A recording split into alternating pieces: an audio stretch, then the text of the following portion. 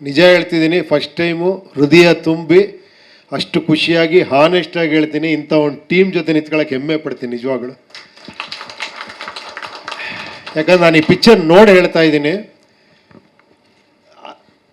ಏನೋ ಎಷ್ಟೋ ಸಿನಿಮಾ ಮಾಡಿ ಏನೋ ಪರ್ಫಾರ್ಮರ್ಸ್ ಅಂತಾರೆ, ಎಷ್ಟು ಚೆನ್ನಾಗಿ ಆ್ಯಕ್ಟ್ ಮಾಡಿದ್ಯಮ್ಮ ನಿಜವಾಗ್ಲು, ಆ್ಯಕ್ಟೇ ಮಾಡಿದೆ ಆ್ಯಕ್ಟ್ ಮಾಡಿದ್ದೀರ ನೀವಿಬ್ಬರು, ಅಷ್ಟು ಅದ್ಭುತ. ಇಲ್ಲಿ ನೋಡಿದ್ರೆ ಗೊತ್ತಾಗತ್ತೆ ನಿಮಗೆ.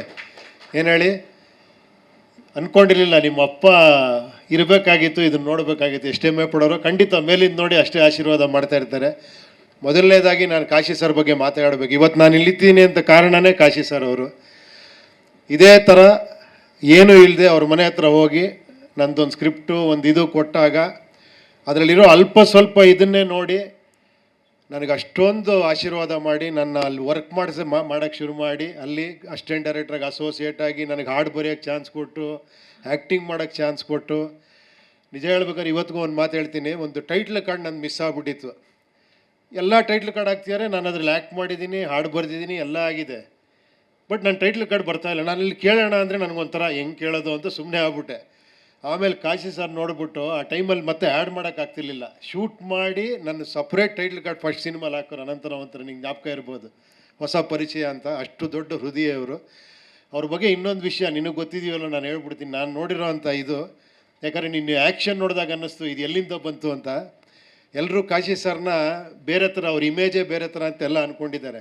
ಏನು ಹೇಳಿ, ಅವ್ರು ಮಾಡೋ ಸಿನಿಮಾಗಳು ಭಾಳ ಡಿಫ್ರೆಂಟಾಗಿ, ಭಾಳ ಕಾಮಿಡಿಯಾಗಿ, ಅವರ ಕ್ಯಾರೆಕ್ಟ್ರ್ ಕರೆಕ್ಟಾಗಿ ಸಿನಿಮಾಗಳು ಮಾಡಿದ್ರು. ಬಟ್ ರಿಯಲ್ ಕ್ಯಾರೆಕ್ಟರ್ ಅವ್ರದ್ದು ಹೆಂಗಿತ್ತು ಅಂದರೆ, ಒಂದು ಸತಿ ನಾನು ಅವ್ರ ಜೊತೆ ಕೂತಿದ್ದೀನಿ, ನಾವಿಬ್ಬರೇ ಇದ್ವಿ ಅವತ್ತು. ಆಶ್ಚರ್ಯ, ಯಾರೂ ಇರಲಿಲ್ಲ. ಯಾರೋ ಒಬ್ಬ ಬಂದ, ಯಾರೋ ಟೆಕ್ನಿಷಿಯನ್ನೇ, ಸಿನಿಮಾಲಿ ವರ್ಕ್ ಮಾಡೋಣ, ಸ್ವಲ್ಪ ಖರಾಬಾಗಿದ್ದ. ಬಂದು ಎದುರುಗಡೆ ಕೂತ್ಕೊಂಡು ನನಗೆ 25,000ನೋ 50,000ನೋ ಕೊಡಬೇಕು ನೀವು ಅಂದ. ಯಾಕೆ ಅಂದರು. ಕೊಡಬೇಕಷ್ಟೇ ಅಂದ. ಹಾಂ, ಏನಿವಾಗ ಕೊಡಲ್ಲ ನಾನು ಅಂದರು. ಅವನು ತೆಗೆದು ಒಂದು ಬಾಟ್ಲಿ ಹಿಂಗಿಟ್ಟ, ಇದು ಆ್ಯಸಿಡ್, ನಾಳೆ ನಾನು 10:00 ಬರ್ತೀನಿ, ನೀವು ಕೊಡಲಿಲ್ಲ ಅಂದರೆ ಇದನ್ನು ಹಾಕ್ತೀನಿ ಅಂತ ಹಂಗೆ ಹುಟ್ಟೋದ.